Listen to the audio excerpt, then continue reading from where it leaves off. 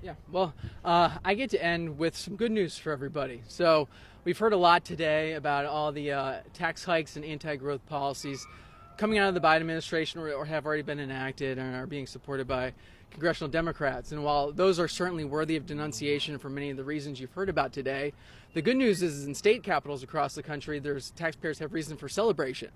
Many in this building who work in this building behind me might not know it, and many in the national media might not know it, but we're currently in the midst of what is considered a golden era of state tax relief. In fact, the last decade feature of it has been what many have dubbed the flat tax revolution. If you look at just the last 3 years alone, since 2020, we've seen more than 40 states enact some form of state tax relief. Of those states, more than 20 have enacted some form of significant state top marginal income tax rate reduction. If you look at just the last 5 years, we've seen the club of no income tax states grow considerably by about 15%. As recently as 5 years ago, we had 7 no income tax states.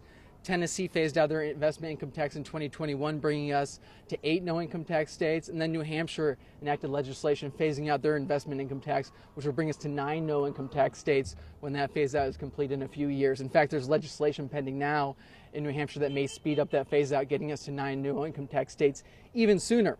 So while we've gone from 7 to 9 no income tax states in just a few years, we have a collection of states where governors and state legislators are jockeying to become no income tax state number 10. Many of those states jockeying to become no income tax states have first taken a step to become a flat tax state. In fact, in the last half decade, we've seen more states enact flat taxes than all of preceding history prior to that point.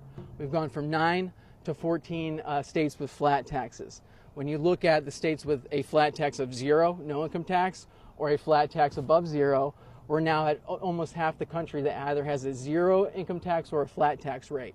This is really significant progress in just a few years we've seen. This is really good news. You look at the numbers.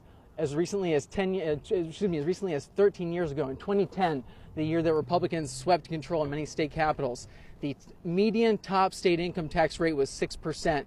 Because of the success we've had in bringing down state tax rates that I mentioned over the past decade, that median top state income tax rate has come down from 6 to 5% today, and it's scheduled to go down further to 4.9%. Thanks to already codified state income tax rate reduction that's going to take effect in the coming years.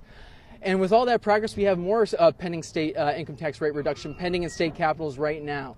So we may see further progress before we even get to the summer. So the good news is, while we got a lot of challenges and threats we're dealing with at the federal level with anti-growth policies coming out of this administration and expiring provisions of the Tax Cuts and Jobs Act that need to be continued and made permanent, the good news is at the state level we're making a lot of progress. Pro-growth rate-reducing tax reform is advancing. In fact, the interest in it is not waning, it's growing. And so this golden age of state tax reform shows no signs of ending anytime soon. So that's the good news for me.